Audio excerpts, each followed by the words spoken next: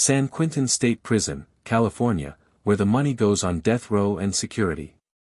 San Quentin State Prison sits on prime waterfront land overlooking San Francisco Bay, yet it houses one of the most expensive and controversial death row systems in the Western world. This documentary examines where the money goes inside San Quentin, into aging infrastructure, round-the-clock security, legal processes, healthcare, and decades-long confinement. Using publicly available records, court filings, government reports, and investigative journalism. The story focuses on systems, budgets, and decisions, not spectacle. The price of a sentence. The man arrived at San Quentin in the dark. That detail matters, because darkness is expensive. Lights burned along the shoreline as the transport bus crossed the Richmond-San Rafael Bridge, a floating chain of sodium lamps reflecting off the bay. According to state procurement records, illumination and perimeter lighting alone cost millions of dollars each year across California's high-security facilities. At San Quentin, where the prison presses against the water and the public road, the lights never go out. They can't. The bus rolled through the gate shortly after midnight, tires crunching over gravel that had been replaced more than once in the last decade, according to maintenance logs. Steel doors opened. Steel doors closed. Each movement of metal, every hinge, every lock, every electronically logged entry, was part of a system designed not just for security, but for accounting. Every click had a cost center. San Quentin State Prison is the oldest prison in California, operating since the 1850s. It was never designed for modern incarceration, and certainly not for what it became, the state's primary death row facility for men for decades. By the time the bus stopped inside the Sally Port, the sentence had already triggered a cascade of spending that would stretch for years, often decades. Death row is not just a place. It's a financial category. According to California Department of Corrections and Rehabilitation budget documents and state auditor reports, incarcerating someone on death row costs significantly more per year than housing someone in the general population. The reasons are procedural, legal, and architectural. Single-cell housing. Increased staffing ratios. Specialized security. Continuous appeals. Medical care for an aging population that rarely leaves. The public often imagines the death sentence as an endpoint. In reality, it is the beginning of one of the most expensive legal and correctional processes in American government. And San Quentin is where the bill comes due. The prison sits on nearly 275 acres of land in Marin County, one of the most expensive real estate markets in the United States. State-owned, taxpayer-funded, and surrounded by wealth, it is both invisible and unavoidable. Ferries pass it daily. Cyclists ride the road outside its walls.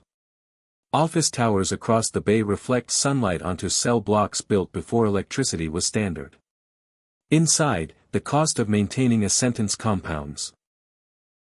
Court filings in multiple California cases have established that death row prisoners require higher levels of security and supervision. That means more correctional officers per inmate, more overtime hours, and more training. Union contracts, negotiated publicly, dictate wages, benefits, and staffing minimums. In a state with some of the highest public sector labor costs in the country, those numbers escalate quickly. But labor is only the first-line item. San Quentin's infrastructure is old, so old that replacement is often impossible without rebuilding entirely. Plumbing systems date back generations. Electrical upgrades are layered on top of previous upgrades. According to state maintenance reports cited by legislative budget committees, emergency repairs cost more than planned renovations, but emergencies are frequent. Pipes burst. Power fails. Locks jam. Each incident triggers a response involving contractors, overtime crews, and security lockdowns that ripple across the facility. When a prison locks down, productivity drops. Court transports are delayed. Medical appointments are rescheduled. Staff hours increase. According to internal memos obtained by journalists through public records requests, lockdowns can cost tens of thousands of dollars per day at a single facility. And death row magnifies every disruption. Inmates on death row are generally housed in single cells. That means more space per person, more square footage to heat, cool, light, and secure. It also means fewer opportunities to consolidate resources. Meals must be delivered individually. Recreation is limited and supervised. Movements are logged, escorted, and recorded. Security cameras, installed, replaced, upgraded, watch corridors that were never meant to hold them. Surveillance contracts, like most state contracts, are awarded through competitive bidding, but maintenance and replacement are ongoing. Technology ages faster than concrete. According to procurement records, camera systems installed a decade ago are now obsolete, requiring new wiring, new storage servers, and new software licenses. Licenses renew annually. So do lawsuits. San Quentin has been the subject of extensive litigation over the years, much of it related to conditions of confinement, medical care, and mental health treatment. Court rulings and settlement agreements have mandated reforms, some necessary, some costly, many both. Mental health staffing levels are often court-ordered. So are healthcare standards. Healthcare is one of the fastest-growing expenses in correctional budgets nationwide, and death row inmates skew older. According to publicly available demographic data, many individuals sentenced to death in California spend decades incarcerated while appeals proceed. By the time they reach their 60s or 70s, they require the same treatments as elderly patients outside, sometimes more. Dialysis, cancer treatment, cardiac care. And every hospital visit requires transport, security, and overtime. A single off-site medical trip can involve multiple correctional officers, specialized vehicles, coordination with local law enforcement, and hospital security staff. According to testimony in state budget hearings, these trips can cost thousands of dollars each time, excluding the medical procedure itself. Back inside San Quentin, the legal machinery continues to turn. California's death penalty system mandates automatic appeals, habeas corpus petitions, and extensive review. Court filings become transcripts. Transcripts require court reporters. Attorneys are appointed, often at public expense. Expert witnesses are hired. Psychologists, investigators, forensic specialists, all paid through a combination of state funds and court orders. Even when executions are paused, as they have been in California for years due to moratoriums and legal challenges, the costs do not stop. In fact, according to analyses by state legislative analysts and independent researchers, they often increase. Inmates remain on death row longer. Medical costs rise. Infrastructure continues to decay. The sentence becomes a holding pattern, financially and legally. San Quentin's death row is also unique in its layout. Cells face inward, stacked in tiers, creating an environment that correctional experts have described as difficult to modernize. Retrofitting safety systems in a building never designed for them is more expensive than building new. But building new would require billions in capital expenditure and years of political debate. So the state spends to maintain. Year after year, budget line after budget line. According to publicly available state budgets, California spends hundreds of millions annually on its death penalty system when all associated costs are considered. San Quentin is a major node in that network. Not the only one, but the most symbolic. The symbolism matters, because it shapes public perception. From the outside, San Quentin looks static. Stone walls. Guard towers. The same name, decade after decade. But inside, it is in constant motion, financial motion. Money flowing into payroll systems. Into healthcare contracts. Into legal defense funds. Into maintenance accounts. Into overtime. Correctional officers at San Quentin work in one of the most complex environments in the state system. Death row requires heightened vigilance. According to union statements and departmental training materials, officers assigned there undergo additional preparation. Training costs money. So do retention incentives, especially in a region with a high cost of living. Housing staff near the prison is expensive. Commuting is expensive. Turnover is expensive. Every resignation triggers recruitment. Recruitment triggers training. Training triggers overtime for those covering shifts. The cycle repeats. And then there is the cost of safety beyond the walls. San Quentin's location means that any major incident has implications for surrounding communities. Emergency response plans involve coordination with county agencies, state police, and medical services. Drills are conducted. Equipment is purchased.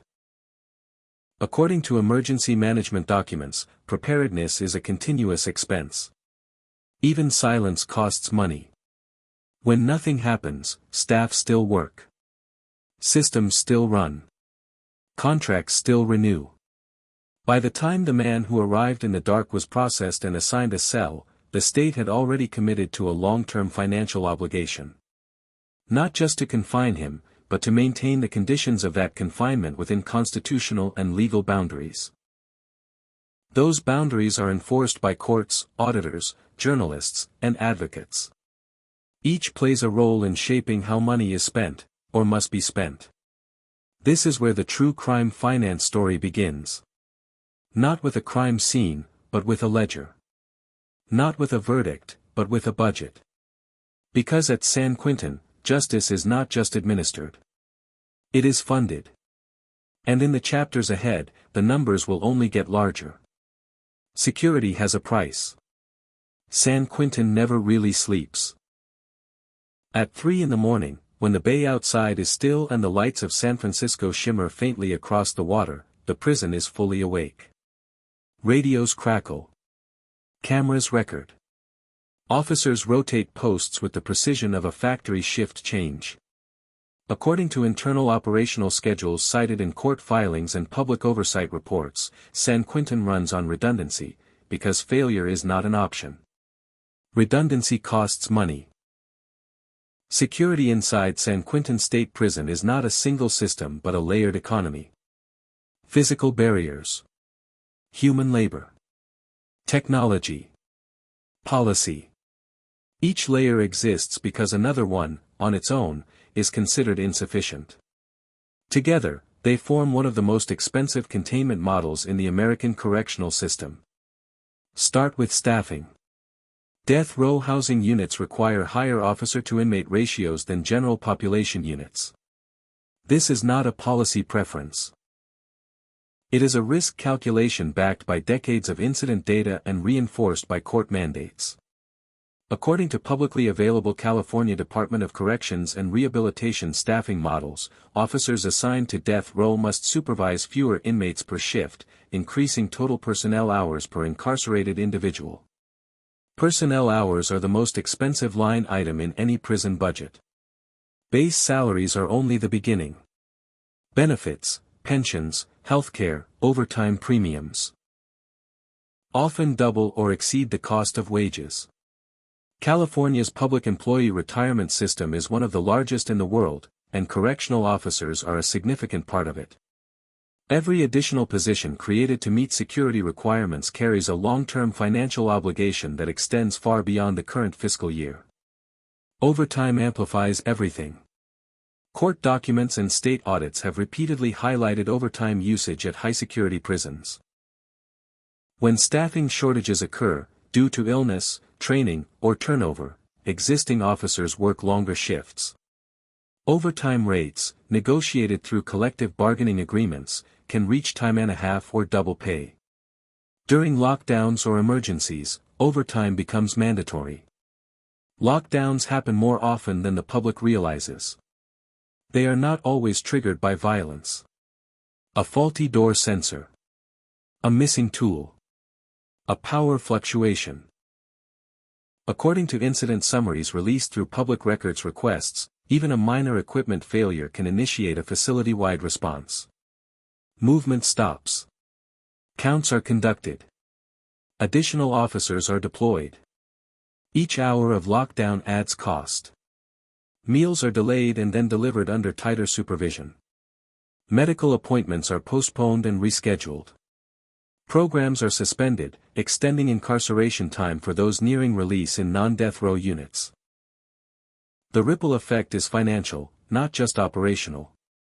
Technology was supposed to reduce these costs. Instead, it added new ones. San Quentin surveillance systems have undergone multiple upgrades over the past 2 decades. Analog cameras replaced by digital. Digital replaced by networked systems. Each upgrade required new infrastructure, cabling, servers, control rooms, data storage. According to procurement records reviewed by investigative journalists, initial installation costs are only a fraction of long-term expenses. Maintenance contracts renew annually. Software licenses must be updated. Storage capacity must expand as footage retention requirements increase. When a system fails, replacement parts are often proprietary, limiting competitive bidding and driving up prices.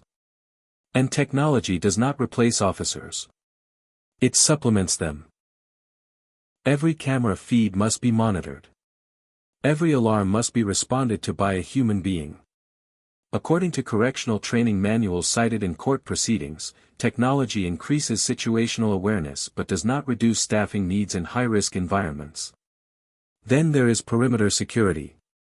San Quentin's location, on the edge of the bay, adjacent to public roads, creates unique challenges. Fencing must account for both land and water approaches. Lighting must cover blind spots created by terrain and architecture. Motion sensors are calibrated for wildlife as well as people, increasing false alarms and response requirements. Marine patrol coordination adds another layer. While escape attempts from San Quentin are rare, the potential consequences are considered severe enough to justify ongoing preparedness. Emergency response plans, filed with state authorities, outline coordination with multiple agencies. Joint exercises cost money.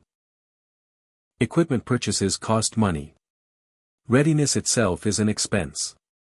Inside the prison, the architecture works against efficiency. San Quentin was built in an era when incarceration was simpler and cheaper. Cells were designed for shorter stays. Systems were not modular. Retrofitting modern security into 19th-century structures is like installing fiber optics in a stone cathedral. According to state engineering assessments, every modification requires custom solutions. Custom solutions are expensive. Doors must be reinforced without altering load-bearing walls. Wiring must be threaded through spaces never intended to carry it. Fire suppression systems must meet modern codes while navigating historical constraints. Each project is reviewed, approved, and often delayed by regulatory requirements. Delays increase costs. Contractors charge more for extended timelines. Security must be maintained during construction, requiring additional staffing. Work often occurs at night or in phases to minimize disruption, further increasing labor expenses. Security is not just about keeping people in. It is also about controlling information. Death row inmates are subject to heightened monitoring of communications, mail, phone calls, visits. These processes involve specialized staff, equipment, and training. According to policy manuals disclosed in litigation, monitoring protocols are detailed and time-consuming. Every letter reviewed is labor. Every call recorded is storage. Every visit supervised is staffing. Legal standards require that certain communications, particularly with attorneys, remain confidential. That means parallel systems, one monitored, one protected. Parallel systems double costs. And then there is segregation. Individuals on death row are often housed separately from the general population. Within death row itself, further separation may occur based on behavior, mental health status, or security assessments. Each classification decision affects housing assignments, staffing patterns, and resource allocation. Classification errors are costly. When something goes wrong, an assault, a suicide attempt, a medical emergency, investigations follow. Reports are written. Policies are reviewed. Training is updated. According to internal reviews cited in oversight hearings, even incidents that result in no fatalities can trigger significant administrative expense. Healthcare intersects with security at every point. Medical units require secure design. Equipment must be approved not only for medical use but for security implications. Staff must be escorted. Patients must be restrained or supervised, depending on risk assessments. According to public testimony by prison healthcare administrators, these protocols significantly increase per-patient costs. Mental health care is particularly resource-intensive.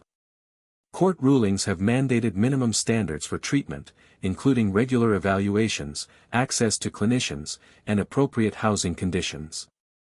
Meeting these standards within a high-security environment requires specialized facilities and staff. Specialized staff command higher salaries. Psychiatrists, psychologists, and licensed clinicians are in demand statewide. Recruiting them to work inside a death row unit requires incentives, higher pay, benefits, or contractual arrangements with private providers. Private contracts often include administrative fees and profit margins that exceed in-house costs but are justified as necessary to meet legal obligations. Those justifications appear repeatedly in budget hearings. Legislators ask why costs continue to rise. Administrators respond with compliance requirements, security imperatives, and aging infrastructure. The conversation rarely includes moral arguments. It is about risk management and liability. Liability is a powerful financial driver. Every preventable incident carries the potential for litigation. Lawsuits result in settlements, judgments, or consent decrees. Even when the state prevails, legal defense costs are substantial. According to analyses by state legal offices, correctional litigation consumes millions annually. Settlements often include non-monetary terms that still cost money: policy changes, staffing increases, facility upgrades. Compliance is monitored. Non-compliance triggers further legal action. Security failures are particularly expensive because they undermine the core function of the prison. That is why San Quentin invests heavily in prevention. Training drills. Equipment upgrades. Redundant systems. According to training budgets reviewed in public documents, ongoing education for staff is mandatory and frequent. Training hours are paid hours. And while training reduces risk, it also removes officers from active duty, requiring coverage through overtime or temporary reassignment. The result is a feedback loop: security demands staffing, staffing demands funding, funding increases scrutiny, scrutiny reveals deficiencies, deficiencies require more security.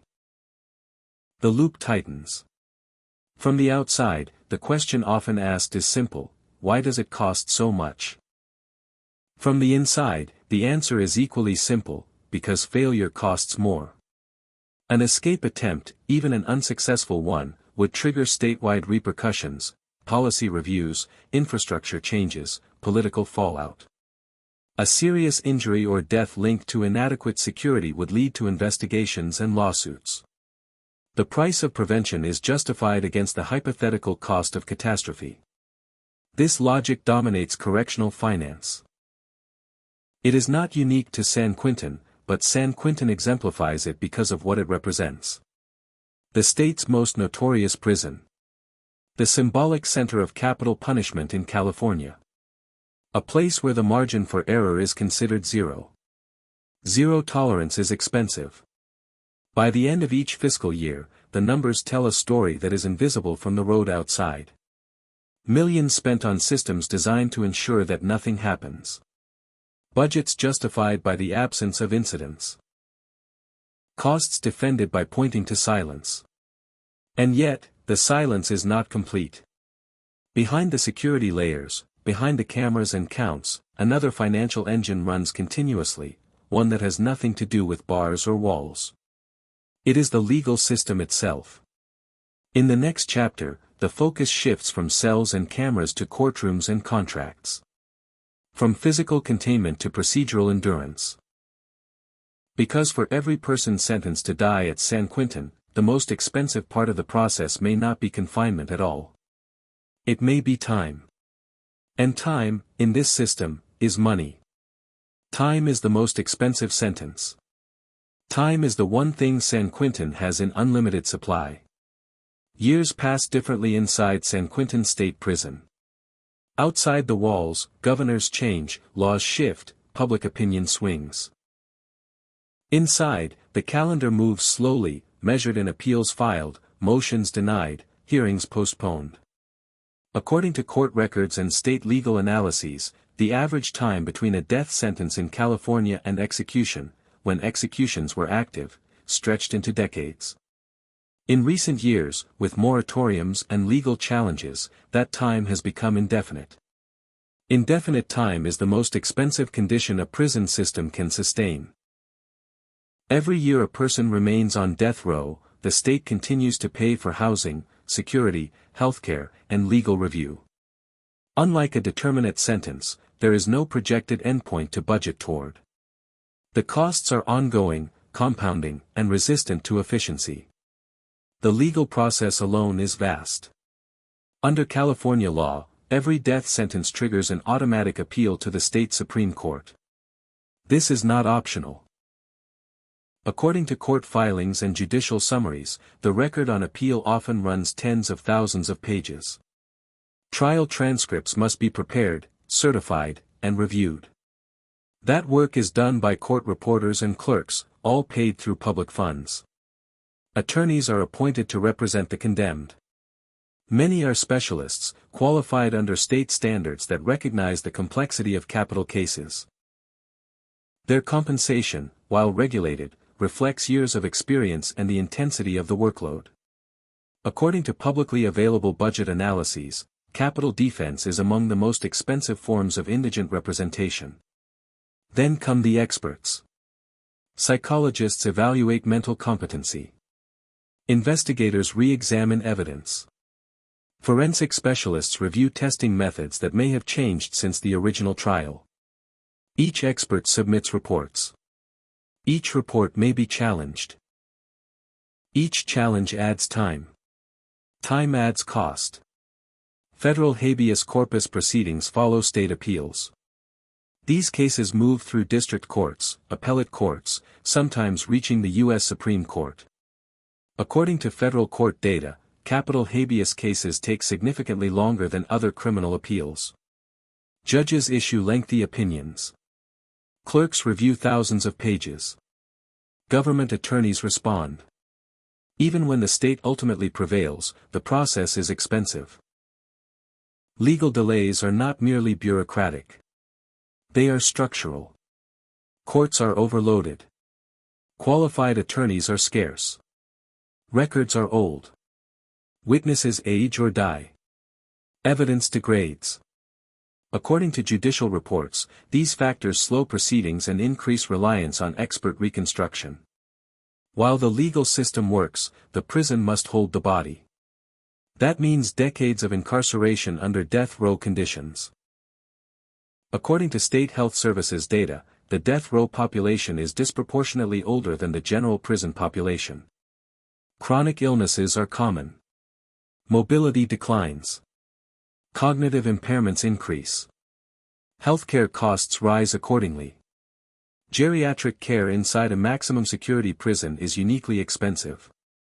Facilities must be adapted. Staff must be trained. Medical equipment must meet security standards.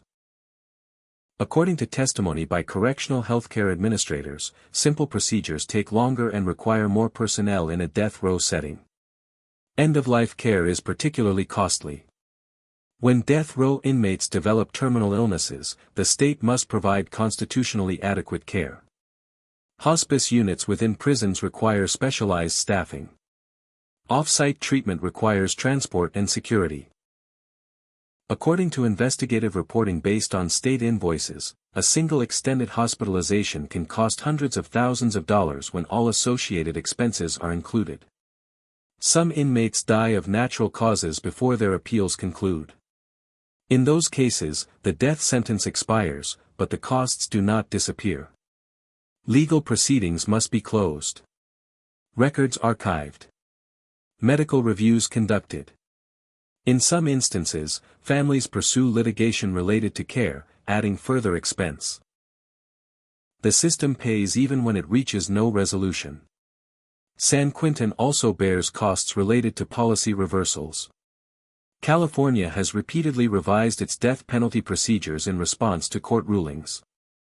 Lethal injection protocols have been rewritten. Execution chambers modified.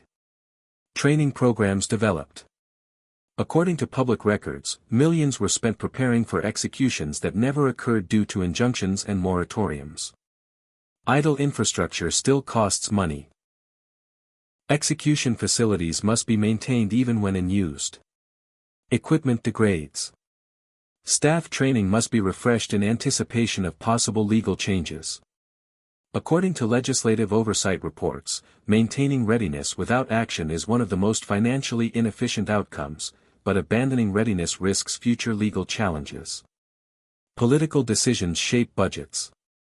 When governors impose moratoriums, as occurred in California, death row remains intact. The population does not move to general housing. Security protocols remain. Legal appeals continue. The costs persist, but the endpoint recedes further into the future. According to analyses by state legislative analysts, abolishing the death penalty entirely would require significant upfront costs to resentence inmates and reconfigure housing, but could reduce long-term expenditures. Maintaining the status quo, by contrast, spreads costs indefinitely. Indefinite costs are difficult to defend and difficult to eliminate. Public debate often focuses on morality, deterrence, or justice. Inside budget documents, the language is different. The words are sustainability, compliance, risk, liability. According to fiscal notes attached to ballot initiatives and legislation, the death penalty system is evaluated not only on outcomes, but on whether the state can afford to continue operating it. San Quentin sits at the center of that evaluation. Its physical limitations prevent easy reform. Its symbolic role complicates political decisions. Its aging population increases healthcare demands. Its legal caseload ties it to courts across the state and country. The prison becomes a financial anchor. Every year, lawmakers review budgets that include San Quentin line items. Every year, oversight bodies issue reports recommending efficiency while acknowledging constraints. Every year, journalists request records to understand why costs continue to rise. The answers are always incomplete. Because the true cost of death row is not found in a single budget or a single case. It is distributed across agencies, courts, contracts, and decades. It is hidden in overtime hours, deferred maintenance, and prolonged appeals. It is the cost of waiting. Waiting for legal certainty. Waiting for political consensus. Waiting for time to resolve what law and policy cannot. In the end, San Quentin's death row reveals a fundamental truth about the American justice system: punishment does not end at sentencing.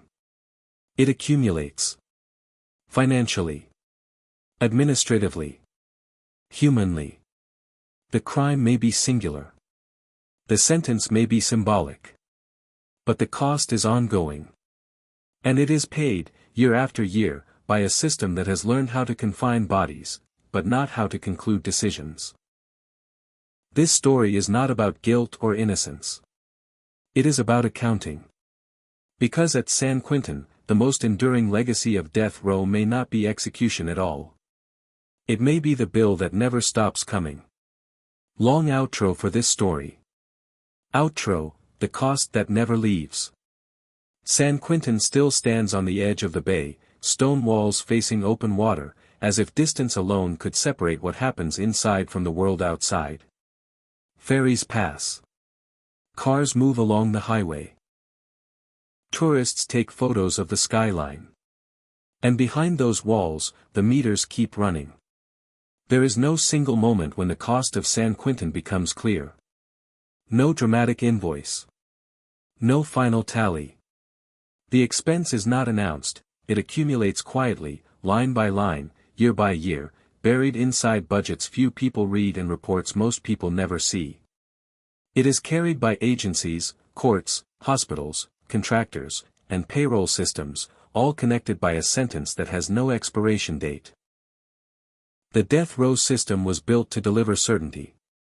A final judgment. An ultimate punishment. But what it created instead was permanence, an ongoing obligation that outlived political promises, legal reforms, and even the people who designed it.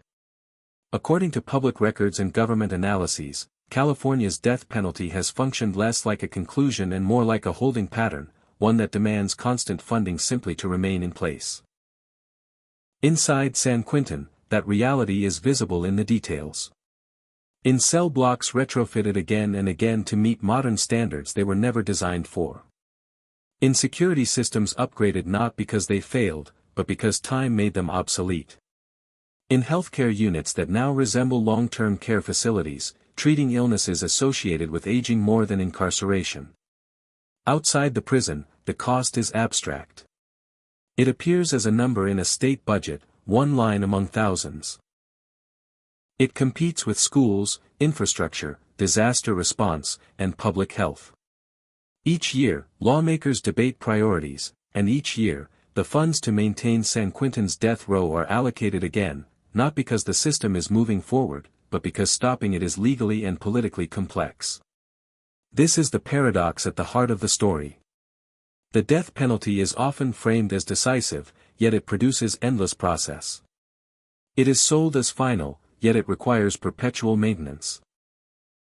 It is justified as justice, yet it functions as an administrative commitment that no one can easily undo. San Quentin embodies that contradiction. Its location, so close to one of the wealthiest regions in the world, makes the contrast unavoidable. The land it occupies is priceless. The facility itself is aging. The population inside is shrinking, older, and increasingly expensive to care for. And still, the system remains, sustained by inertia as much as intention. According to court rulings and oversight reports, many of the costs examined in this story are not optional. They are required by law, by constitutional standards, by rulings meant to prevent cruelty and error. The state cannot simply turn off the lights or lock the doors and walk away. Every attempt to reduce costs risks triggering litigation that could cost even more. So the system continues. Not because it is efficient. Not because it is effective. But because it exists. The true crime story here is not about a single act of violence or a single verdict. It is about what happens after the headlines fade. About the machinery that keeps running long after public attention moves on. About how punishment, once institutionalized, becomes an economic structure of its own. San Quentin is not unique in this respect. It is simply the clearest example. Across the country, prisons built for another era struggle to adapt to modern legal and ethical standards. Death row units shrink but grow more expensive. Appeals stretch longer. Healthcare costs rise. And the financial weight of incarceration shifts quietly onto future budgets, future taxpayers, future debates. The question this story leaves behind is not whether San Quentin should exist. That debate belongs to voters, courts, and lawmakers. The question is simpler, and harder to answer. What does it mean to keep paying for a sentence that may never be carried out? What does justice cost when time itself becomes the punishment? San Quentin offers no easy answers. It offers a ledger. One that records every decision, every delay, every compromise. One that shows how a system designed for finality became an exercise in endurance.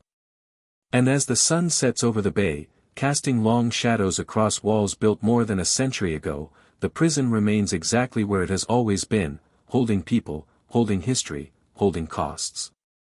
The gates close. The lights stay on. The clocks keep moving. And the bill keeps coming.